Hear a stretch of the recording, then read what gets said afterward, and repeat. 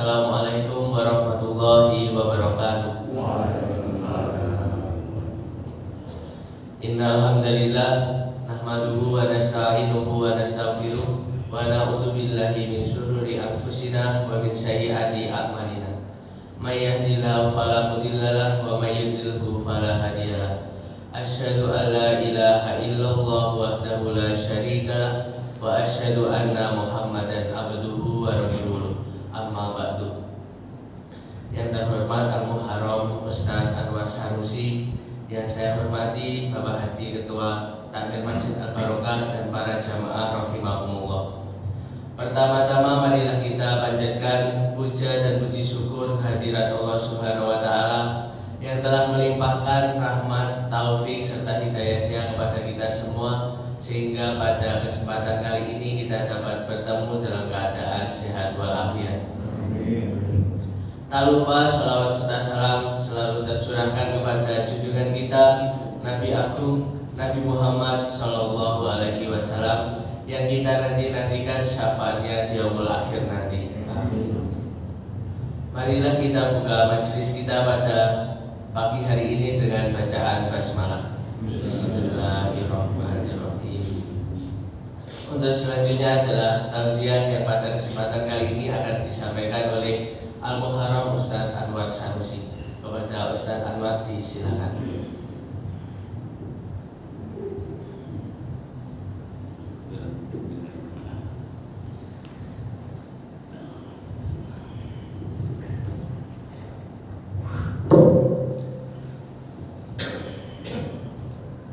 Assalamualaikum warahmatullahi wabarakatuh. Alhamdulillah rabbil alamin. Salatu wassalamu ala asrafil anbiya wal mursalin wa imamil muttaqin wa ala alihi wa sahbihi wa man tabi'ahum bi ihsanin ila yaumiddin. Rabbi shrah li sadri wa yassir li amri wa hlul 'uqdatam min lisani yafqahu qawli. Amma ba'd. Alhamdulillah para jemaah rahimahullah, yang pertama adalah senantiasa mengucapkan syukur kepada Allah bi qaulina alhamdulillahi rabbil alamin atas nikmat iman, nikmat kesehatan, nikmat kesempatan yang telah diberikan oleh Allah kepada kita, wabil khusus nikmat umur setelah kita oleh Allah dibangunkan setelah dari kematian kita. Karena hakikatnya tidur itu adalah digambarkan dalam hadis baginda Muhammad SAW, semuanya doa yang senantiasa kita baca setelah bangun tidur, alhamdulillahilladzi ahyana ba'da ma amatana wa ilaihin nusyur. Alhamdulillah, segala puji bagi Allah, ahyana yang menghidupkan kami, ba'da ma amatana setelah kematian kami. Orang tidur itu ibaratkan seperti orang mati, moro-moro tani, moro-moro setelah tidur mari ngono ganti alam, apa? Alam kubur. Banyak orang tidur setelah itu nggak bangun, ternyata sudah pindah alam. Lebih hati-hati. Nah, kalau Allah membangunkan kita, ini adalah termasuk nikmat, karena modal kita terbesar dalam hidup ini nikmat umur ini. Dan umur kita itu hari ini, tak kala kita dibangunkan oleh Allah, belum tentu besok kita masih dikasih umur.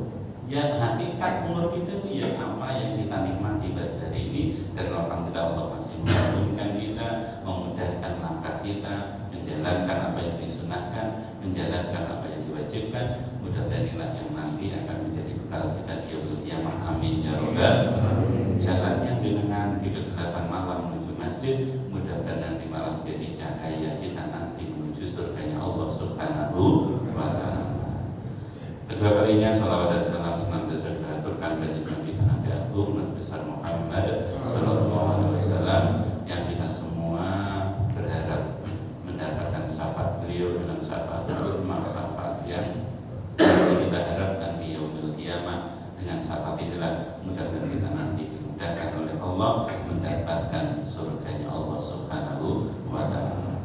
Para jemaah rahimahullah, jadi tak kala kita saat ini menghadapi wabah pandemi yang begitu dahsyat, jadi Magetan zonanya sudah kayak ini, zona merah. Madiun zonanya juga tambah merah. Jawa Timur kayak gitu. Jadi orang Jawa itu kalau keluar dari Jawa itu gede, karena apa? membawa virus. Bahkan negeri kita itu di lockdown oleh berapa? 59 negara. Wong Indonesia neng Arab itu. Wong Indonesia Arab neng misalkan ke mana? Ya terlalu 59 negara nggak boleh. Karena nanti Indonesia carut marut pandemi udah kayak gini apa? Ya kompleknya. Ini kita itu disegani karena gara-gara apa? Ya gara-gara virus ini kan itu naudzubillah. Padahal awalnya di Wuhan, kalau sekarang yang di Wuhan apa kita di lockdown bisa kemana? Ke 59 negara kita ditolak. Oleh sebab itu kita harus melakukan introspeksi bareng-bareng. Maka yang harus kita lakukan sebagai seorang muslim gitu, selain protokol kesehatan dijalankan sebagai ikhtiar kita, ya kan? Sebagai ikhtiar kita. Tapi yang tidak pernah lupa kita harus senantiasa menyandarkan urusan ini kepada Allah. Kita senantiasa ya berdoa kepada Allah, senantiasa membarengi ikhtiar protokol kesehatan itu dengan bertobat pada Allah Subhanahu wa Ta'ala. Dan berikutnya pada kesempatan pagi hari ini kita akan coba membahas satu hal yang sering kita lakukan. Dan tak kala kita keluar rumah saat ini yang terjadi banyak was-was. Ya was-was negatif, masker itu didendungi tapi. Nah, jadi itu sekarang juga kan bawa masker lebih penting daripada bawa apa? Helm. Jadi kemarin saya lihat di Proliman itu pokoknya bawa masker aman walaupun gak bawa kok. Helm istilah ulama zaman bikin bawa helm lebih penting daripada yang lainnya. Sekarang bawa masker lebih penting daripada pakai helm. Nek kado masker didendung itu dendung. Yang terus nanti jauh gak ya. Nah, tapi ada satu hal yang sebenarnya kita itu butuh kepada pertolongan Allah. Ya termasuk biar kita itu terjaga dari virus ini. Karena virus ini kalau kita lihat, ya dilihat dilihat dengan mata nggak gitu. Sekarang banyak orang yang menularkan virus tapi nggak ada tanda-tandanya, OTG, orang tanpa gejala. Kalau kita mau menghindar, sekarang saya rasa sulit gitu. Nah, maka di samping ikhtiar protokol kesehatan, maka biar kita itu dilindungi oleh Allah, dicukupi oleh Allah, dijaga dari gangguan setan, tidak, maka amalkan doa baginda Muhammad SAW. Yang doa ini sebenarnya jenengan semua sudah hafal. Ya, doa ini mungkin sudah sering jenengan praktekkan. Tapi harapan saya doa ini mari diistiqomahkan sebagai bentuk ibadah kita pada Allah agar kita itu dicukupi, dilindungi, dijauhkan kita dari doa dan dari gangguan setan. Doa apa? Doa keluar rumah. Kira-kira pernah siapa lagi? Doa ini berikut. Bismillahirrahmanirrahim. Tawakkaltu 'alallahi la haula wa la quwwata illa billahil aliyyil azim. Kenapa tadi kalau habis diapalin apa tadi? Nah itu yang pertanyaannya. Lah kenapa kok doa ini harus senantiasa kita istiqomahkan? Karena baginda Muhammad SAW sebenarnya diriwayatkan sahabat Anas bin Malik radhiyallahu anhu. Rasulullah SAW pernah bersabda, "Idza kharaja rajulu min baitihi." Apabila seseorang itu keluar dari rumahnya. Kayak ini keluar dari rumah itu kan sering kita. Bahkan nanti keluar rumah itu mungkin dengan jumlah rakaat kita sholat fardu kira-kira banyak keluar rumah atau banyak jumlah sholat rakaat kita. Bisa jadi banyakan kita itu sering keluar rumah, gitu ya. Nah kalau ini misalkan nanti kita sering keluar rumah dan menjadi kebutuhan keseharian kita, gitu, maka coba kita amalkan ini. Amalkan wasiat baginda Muhammad SAW, "Idza kharaja rajulun min baitihi." Apabila seseorang keluar dari rumahnya, faqala, maka dia hendaknya berdoa atau mengucapkan apa? Bismillahirrahmanirrahim, tawakkaltu 'ala Allah, dengan menyebut asma Allah, tawakkaltu 'ala Allah, saya bertawakal kepada Allah. Jadi tatkala kita sudah misalkan keluar rumah dengan protokol kesehatan, dengan jaga ini, dengan pakaian ini, yang lebih penting diri pada Allah dengan sifat tawakal. Dan tatkala kita itu menyandarkan urusan kita dengan bertawakal kepada Allah, wa may yatawakkal 'alallah fa huwa hasbuh. Orang itu kalau mau bertawakal pada Allah akan dicukupi kebutuhan kita. Melana doa di keluar rumah itu yang bisa mencukupi itu hakikatnya bukan kita. Yang bisa mencukupi itu hakikatnya bukan sekedar ikhtiar kita, tapi akan jadi cukup nek awake dhewe gelem tawakal kepada Allah. Bismillah dengan menyebut asma Allah. Jadi tawakal tu Allah, saya bertawakal kepada Allah. Ini penting karena nek jogo virus cuma ngandalkan APD. Teman-teman yang bekerja di rumah sakit itu APD lebih lengkap daripada jenengan, betul? Dokter-dokter yang kerja itu lebih lengkap daripada jenengan. Sudah pakai pakaian biasa ditambah dengan alat pelindung diri, bentuknya kayak apa? Ya kayak gitu apa? Ya apa itu kayak gitu? Ya bagusnya pakai masker, pakai apa? Menutup wajah, pakai semuanya ditutup. Tapi kita bisa lihat saudara-saudara kita yang di rumah sakit ternyata juga banyak yang tertular apa? Virus ini. Itu menandakan kita itu bukan hanya sekedar ikhtiar ini yang kita jalankan, tapi lengkapi dengan kita itu minta perlindungan pada Allah. Nah, caranya biar kita itu dilindungi oleh Allah, dicukupi oleh Allah, kita itu harus bertawakal kepada Allah. Ini penting. Lalu doa ini yang harus kita baca. Keluar rumah, langkah kaki kanan. Setelah melangkah keluar rumah, mau ke masjid, ini kita juga butuh perlindungan pada Allah. Kan waktu dalam masjid diceluk koncone sisi ayo ngopi bareng, kadang yang minggu apa neng warung rasido neng masjid. Kadang setan ya bentuknya nyata gitu, minal jin nanti. Tapi ku yo ono koncone udah terus setan itu tapi sifat setan itu karena saya itu bentuk apa sifat gitu. Sifat ini bisa melekat pada iblis, bisa melekat pada manusia. Nek sifat-sifat ini itu ada pada manusia, maka inilah yang digambarkan dalam surat An-Nas, minal jinnati wan nas. Tapi rasa ditudingi karena begitu. Dan terus la haula, orang yang bertawakal kepada Allah itu harus mengatakan la haula, tidak ada daya upaya, wala quwwata, tidak ada kekuatan, illa billah, kecuali semuanya itu ada di tangan Allah. Orang tawakal itu nyadari betul la haula, tidak ada kekuatan apapun. Kadang kita itu lebih nyuwun sewu lah.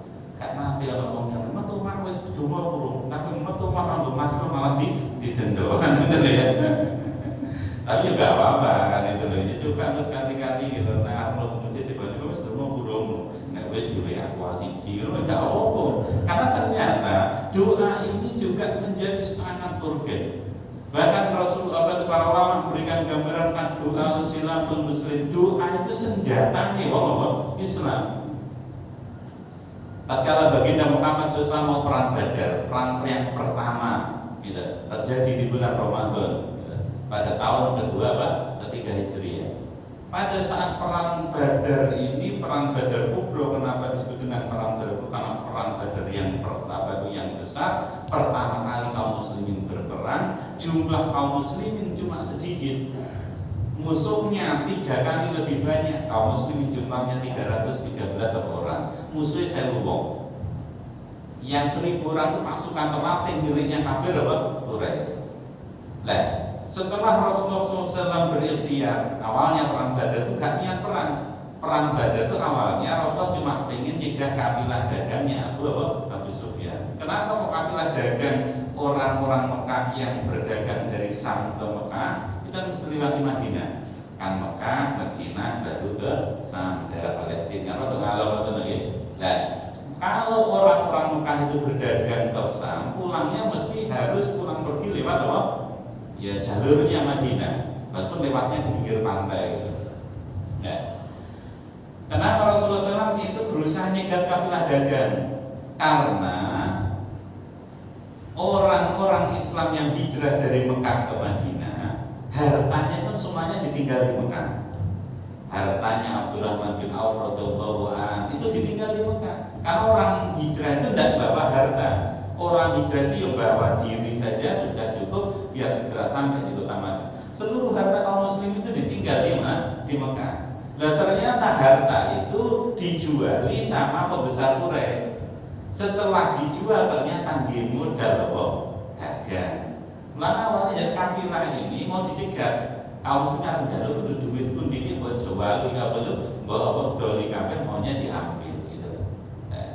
Ternyata setelah kaum muslim itu awalnya itu cuma niatan menjaga perdagangan, ternyata berita ini bocor. Akhirnya orang-orang Quraisy ngomongi teman-temannya di Mekah untuk kirim pasukan. Pada saat sampai di daerah Badar, yang hadapi bukan kafilah dagang, yang dihadapi bukan kafilah dagang dengan beberapa pengawalnya, tapi pasukan yang jumlahnya 1000 pasukan. Pada saat itulah akhirnya kaum muslimin tetap harus kita hadapi. Yang ingin saya ceritakan apa? Setelah Rasulullah bikin strategi, kita pilih daerah Badar. Kita harus sampai ke daerah Badar karena di situ ada sumur. Kaum muslimin harus mendekati sumur tadi. Karena orang perang mesti butuh logistik, butuh apa? Minuman. Itu ikhtiar Rasul. Jadi ikhtiar itu dilakukan oleh Rasul. Pilih tempat yang paling baik, dipilih sumur karena itu logistik yang paling penting. Dan setelah itu apa? Semalam suntuk Rasulullah SAW berdoa. Ini penting. Jadi saya kira Abu Bakar As-Siddiq radhiyallahu anhu menceritakan Rasulullah SAW itu berdoa mulai isya sampai subuh. Pada saat tengah malam Sayyidina Abu Bakar itu nggak tega lihat Rasulullah itu berdoa karena doa Rasulullah itu dipanjatkan dan begitu dahsyat sampai Sayyidina Abu Bakar, ya Rasulullah itu doa jenengan sudah dengar oleh Allah. Sing donga urung pas tapi sing delok wong donga wis apa kesana kan itu. Nah, ini menandakan bahwa Rasulullah SAW melengkapi ikhtiar itu dengan apa? Doa. Maka doa itu menjadi senjata. Menjadi senjata kita. Nah, maka kalau saat ini kita sudah menjalankan protokol kesehatan, ya. Alhamdulillah, kalau senang yang masjid Al-Barokah, yang masjid ora perlu jaga jarak. Nah, kita kadang yo lucu, nek masjid jaraknya sama meter. Lan metu saka masjid ke warung itu berdoa. Padahal nek warung itu yo kadang jam-jaman. Lah nek masjid cuma sholat 10 menit lho ibu dadak apa? Padahal kan kaifiyah sholat jamaah itu sudah ditentukan oleh Rasulullah dengan begitu detail. Apa? Rapatkan barisan, luruskan sholat, rapat dan lurusnya sholat sama kesempurnaan sholat. Itu kaifiyahnya jelas. Gitu. Kaifiyahnya jelas. Maka sebenarnya kalau kita menggunakan dasar ini, ibadah sholat jamaah itu ibadah yang sudah ditentukan tata caranya dengan detail. Nek awake dhewe gawe tata cara beda itu bisa termasuk bid'ah. Lebih menyelisih apa yang dicontohkan oleh Rasulullah. Tapi kan ini darurat Mas. Darurat itu bagi yang sakit. Mulai bagi yang sakit tidak perlu ke masjid. Lah bagi yang nggak sakit nek sholat di masjid ya tetap butuh apa?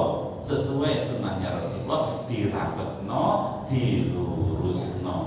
Karena ini sering saya omongkan, sekarang tuh malah repot. Sing salate lurus rapet malah dianggap apa? Salah, sing sak meteran dianggap apa? Benar, ini keblinger nek menurut Allah. Nggih. Karena sekarang tuh bilang-bilang nang masjid kita jualan jarang mari ngono ngobrol ya. Sekan lo masjid cuma 5 menit, 10 menit, 20 menit paling suwe. Dan kayak gitu ketika menyelisih contohnya Rasulullah Muhammad Sallallahu Alaihi Wasallam. Terus mantap mawon gitu. Karena jenengan itu benar. Benar.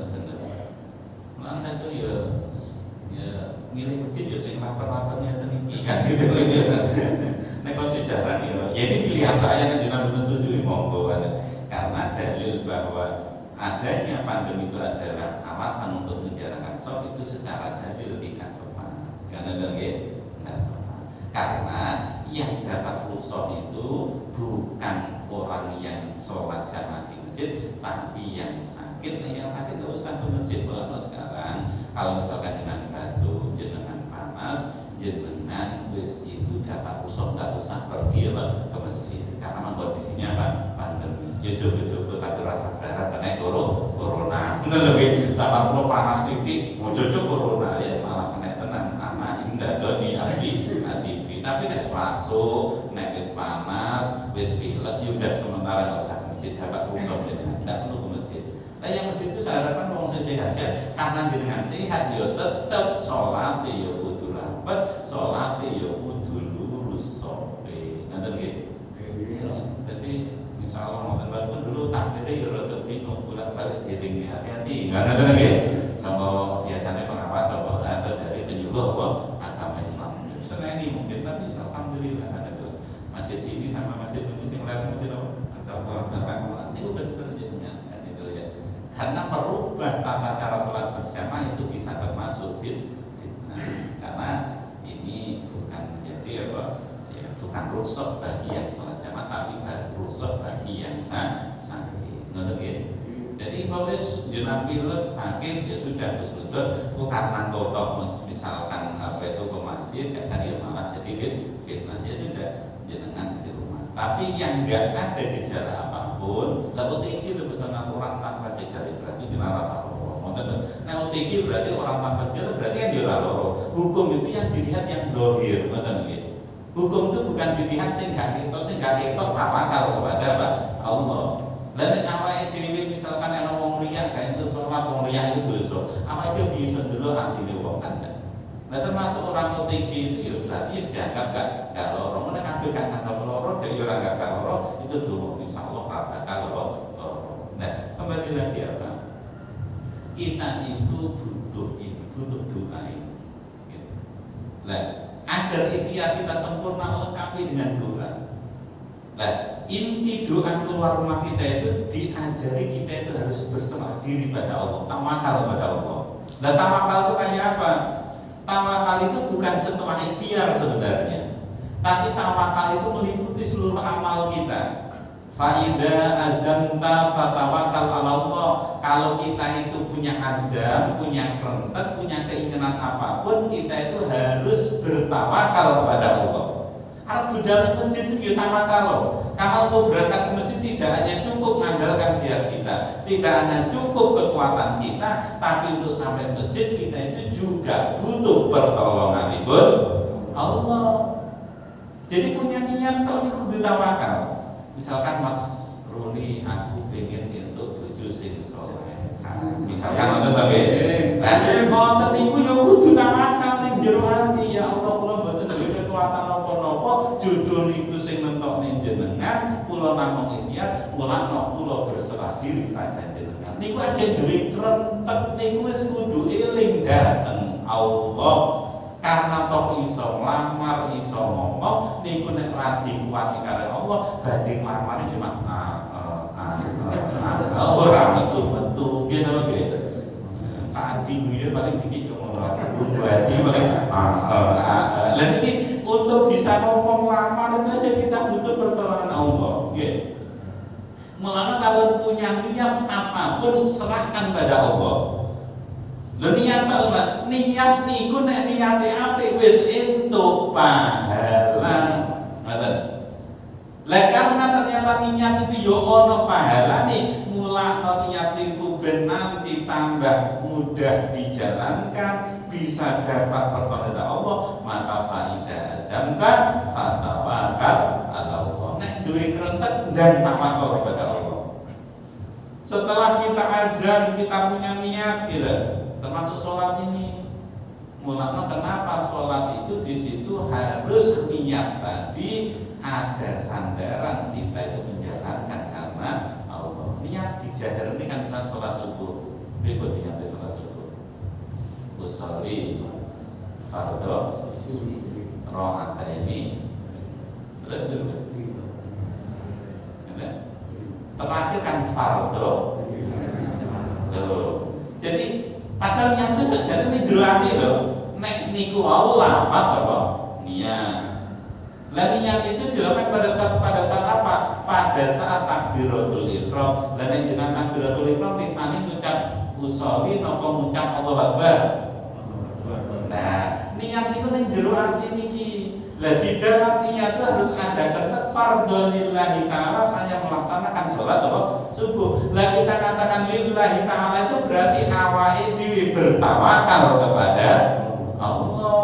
Karena untuk bisa sholat itu ya butuh pertolongane Allah. Apalagi sholat sing khusyuk nek ra ditulung karo Allah ya rada abot iki napa nggih.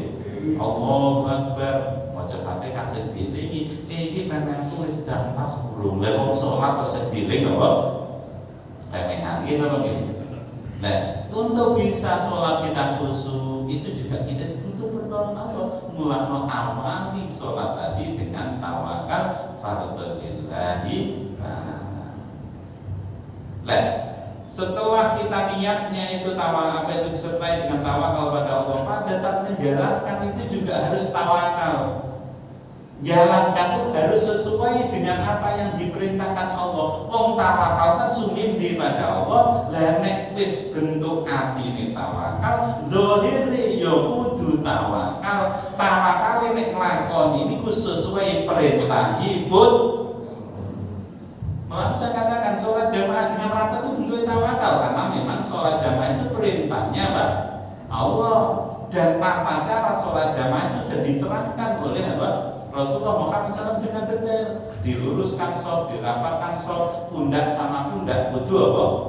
Bersentuhan, bukan mata kaki loh ya. Nek mata kaki ku wong sikile begadang itu kira-kira ana nggih pundak iso ninggal apa boten? Boten. Ulama antara kaki dan pundak niku sejajar. Engko nek pundake niku nempel, mata kaki ya iso nempel. Karena kalau cuma mata kaki di sini nempel, bisa jadi wong kangkang terus pundak ya ora nempel. Mulane yo nek selalu cukup mangkangnya itu maksimal sampai nopo pundak. Ada nggih? Itu sunnah. Berarti mengangkat iso nyala iso enggak lagi kan ada bisa jadi gitu. Nah, ini sebagai bentuk tawakal kita tuh yang ikut aturan Rasulullah Muhammad SAW dalam cara sholat apa berjamaah. Itu namanya tawakal. Karena orang tawakal semindi, saya ini adalah makhluk jenengan ya Allah, saya serahkan urusan kepada jenengan ya Allah, mulanya kula manut dateng perintah jenengan ya Allah. Coba tanya. Nah jenengan sholat subuh rakaatnya ditambah siji jenengan dosa lho. Karena tata cara sholat subuh sudah dicontohkan oleh baginda Muhammad Sallallahu Alaihi Wasallam, termasuk tata cara sholat berjamaah, tata cara ngatur sholat. Ini penting. Ini jadi bentuk tawakal. Setelah sholat, setelah ikhtiar, nanti kita juga apa? Tawakal. Jadi tawakal itu meliputi amal, mulai niat sampai setelah niat kita itu harus menyerahkan urusan ini lillahi ta'ala kepada Allah. Tatkala kita keluar rumah, terus diajari doa oleh baginda Muhammad SAW. Bismillahi tawakkaltu 'ala Allah, la haula wa la quwata illa billah. Qala yuqalu khina idin. Maka dikatakan ya, kepada orang yang berdoa dari keluar rumah, siapa yang mengatakan? Para malaikat. Ya. Para malaikat mengkabarkan kepada Rasulullah SAW, orang yang keluar rumah baca Bismillah tawakkaltu 'ala Allah, la haula wa la quwata illa billah, maka malaikat mengatakan budita, maka orang yang semacamnya akan dikasih petunjuk oleh Allah. Jadi nikmat omah dalam mengucapkan doa ini, malaikat mengatakan budita, dia itu akan dikasih petunjuk oleh Allah. Padahal petunjuk itu sangat penting. Gitu. Yang kedua, wakufita, orang yang dalam doa ini akan dicukupi oleh Allah. Kecukupan itu adalah sesuatu yang kita butuhkan. Karena Allah itu punya sifat al-kafi, Allah itu yang mencukupi. Gitu. Karena ada satu amalan, kita itu doa minta rezeki, disunahkan kita membaca asma Allah. Ya Kafi, ya Roni, ya Fatah, ya Razzaq, ya Kafi, ya Roni, ya Fatah, ya Razzaq, ya Kafi, ya Roni, ya Fatah, ya Razzaq. Ya Kafi itu maksudnya Allah lah yang mencukupi. Karena yang bisa mencukupi urusan kita itu bukan hanya sekedar kekuatan kita, nek golek rezeki sing iso gawe cukup tuh duduk pinter awake dhewe, hakikatnya yang mencukupi itu adalah Allah. Ini penting. Maka kecukupan itu yang penting. Loh, apa iso? Bisa. Orang tuh kalau merasa cukup dengan apa yang diberikan Allah, maka akan dicukupi semuanya oleh Allah kebutuhan kita. Yaudah, oke kalau badan, uang itu gaji ditambah oke, tapi rumah misalnya ora cukup, gitu loh. Biasanya jangan bayangkan uang itu gaji ditambah oke, duit ditambah oke, tambah cukup boten. Karena ibaratnya orang itu diparing sak gunung mesti njaluk roh.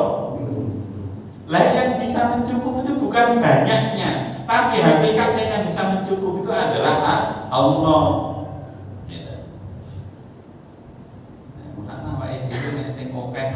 Resikonya tambah kurang, level lama masuk terus sing rada kurang itu iki ayo jaluk kecukupan ning Allah.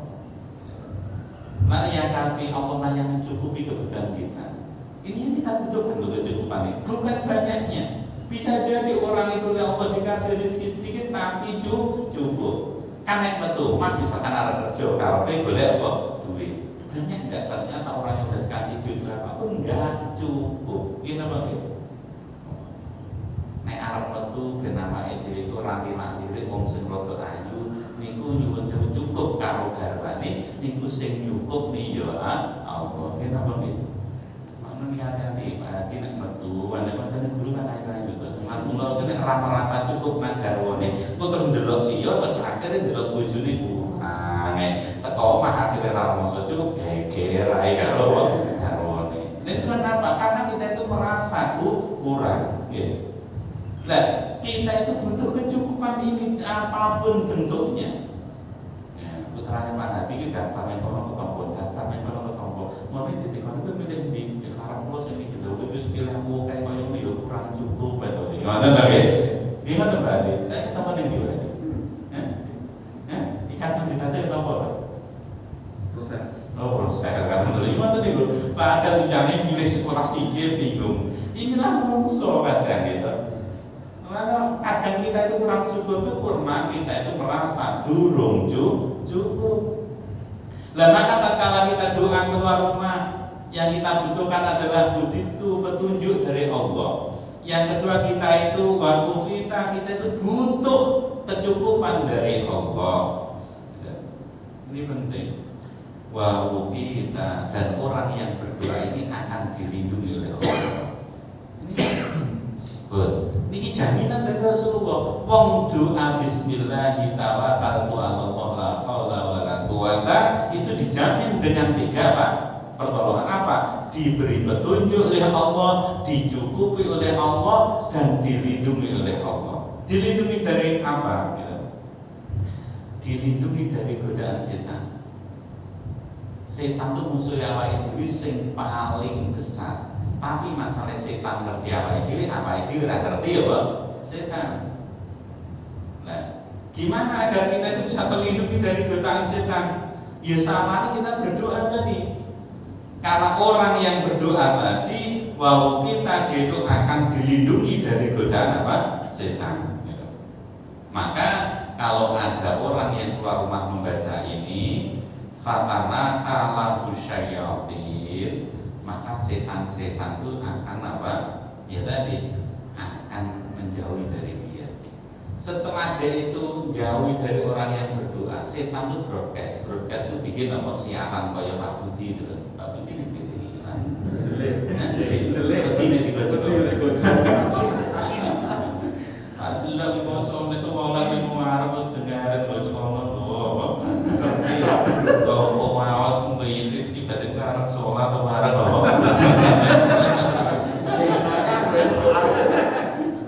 Ayo lapor malah menderita. Lah, setan itu nek ada orang keluar rumah gelem donga, bismillahirrahmanirrahim, Allah kita bulan Badar yo kenapa mosok jam masjid karo kang ramal. Kan ini doa ini sering kalau kita sertakan kita itu akan dijamin dengan 3 perkara tadi. Lalu setelah itu setan akan broadcast akan siaran. Kayak pesan berantai, kayak kirim SMS. Ya kirim satu dikirimkan yang lain. Terus kata setan digambarkan oleh baginda Muhammad SAW, fayaqulu lahu syaitanu akharu, maka berkatalah setan yang mendengar orang yang berdoa tadi akan berkata pada setan-setan yang lain. Nah berkata nih setan nih, kaifala kabirrojulin qad hudiya wa kufiya wa utiya. Bagaimana kamu akan bisa menggoda orang yang sudah diberi petunjuk oleh Allah, sudah dicukupi oleh Allah, dan sudah dilindungi oleh Allah. Jadi nanti setan tuh yang akan tahu bahwa dua orang ini sudah terlindungi, bukannya setan sini jadi goma, setan yang mediun, setan yang dinding. Nek awal sampai mediun itu setan tuh ngerti, oh dia mau wis mau ora iso digodho, wis dicukupi karo Allah, wong wis diberi petunjuk karo Allah. Ini kira-kira penting nomor tentang ini.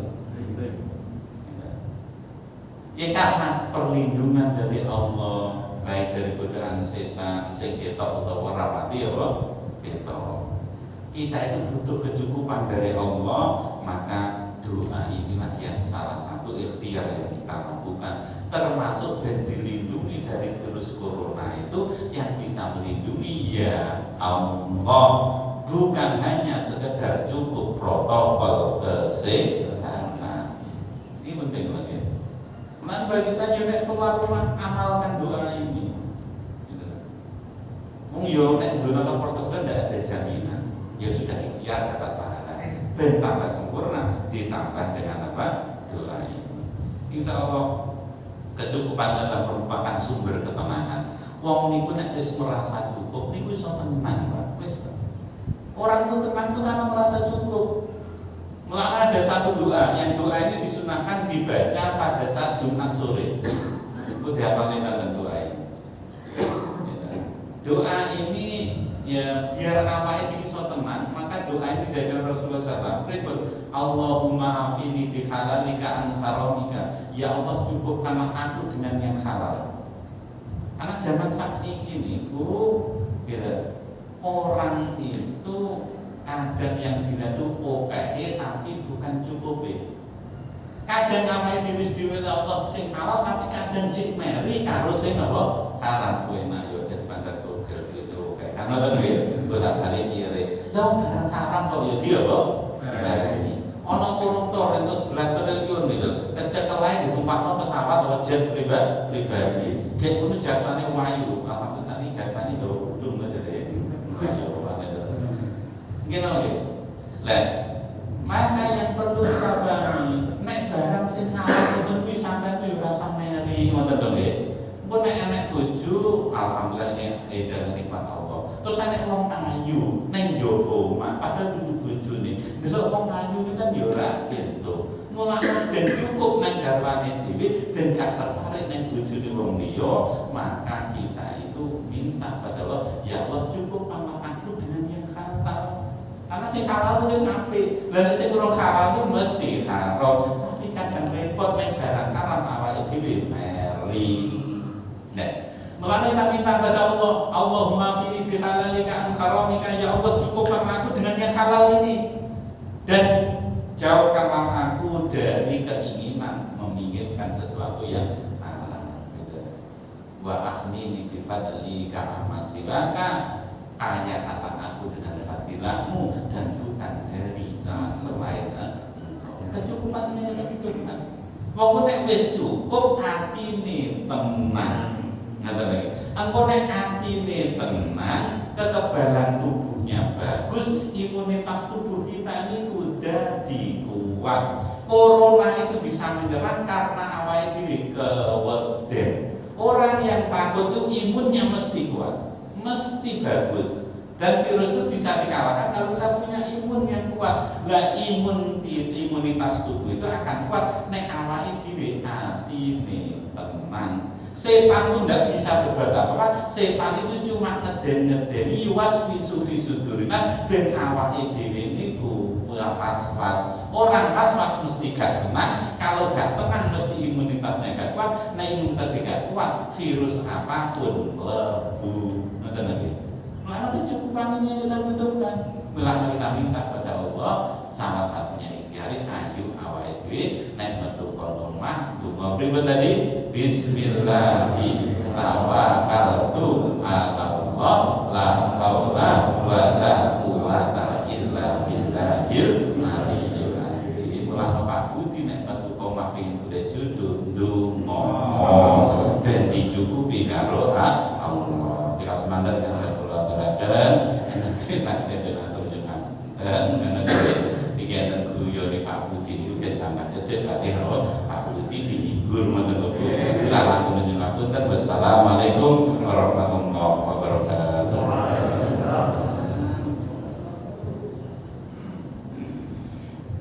Ya, terima kasih kepada Ustaz Amr atas tausiahnya. Semoga yang beliau sampaikan dapat bermanfaat dan dapat kita amalkan dalam kehidupan sehari-hari. Usai sudah majelis kita pada hari ini, marilah kita tutup dengan bacaan doa kafaratul majelis. Subhanallahumma wa bihamdika asyhadu an la ilaha illa anta astaghfiruka wa atubu ilaik. Kurang lebihnya mohon maaf. Billahi taufiq wal hidayah. Wassalamualaikum warahmatullahi wabarakatuh.